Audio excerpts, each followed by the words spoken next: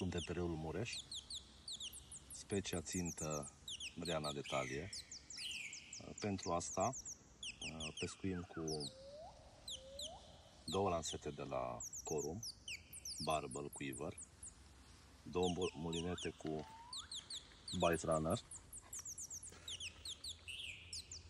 și ca nadă nu pescuiesc cu coșul, ci nădesc doar din praștie. Iar la călig avem de la Dynamite boilesuri, cheesy garlic și meat and footer.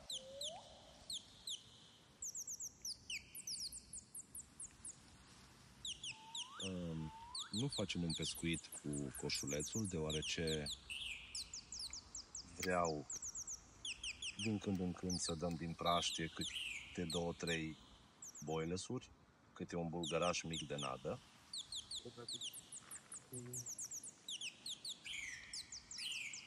Să-i hrănim.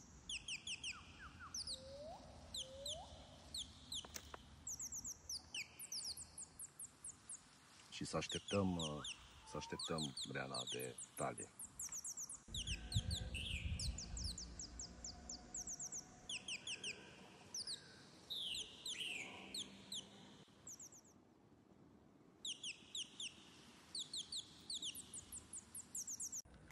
Avem coace.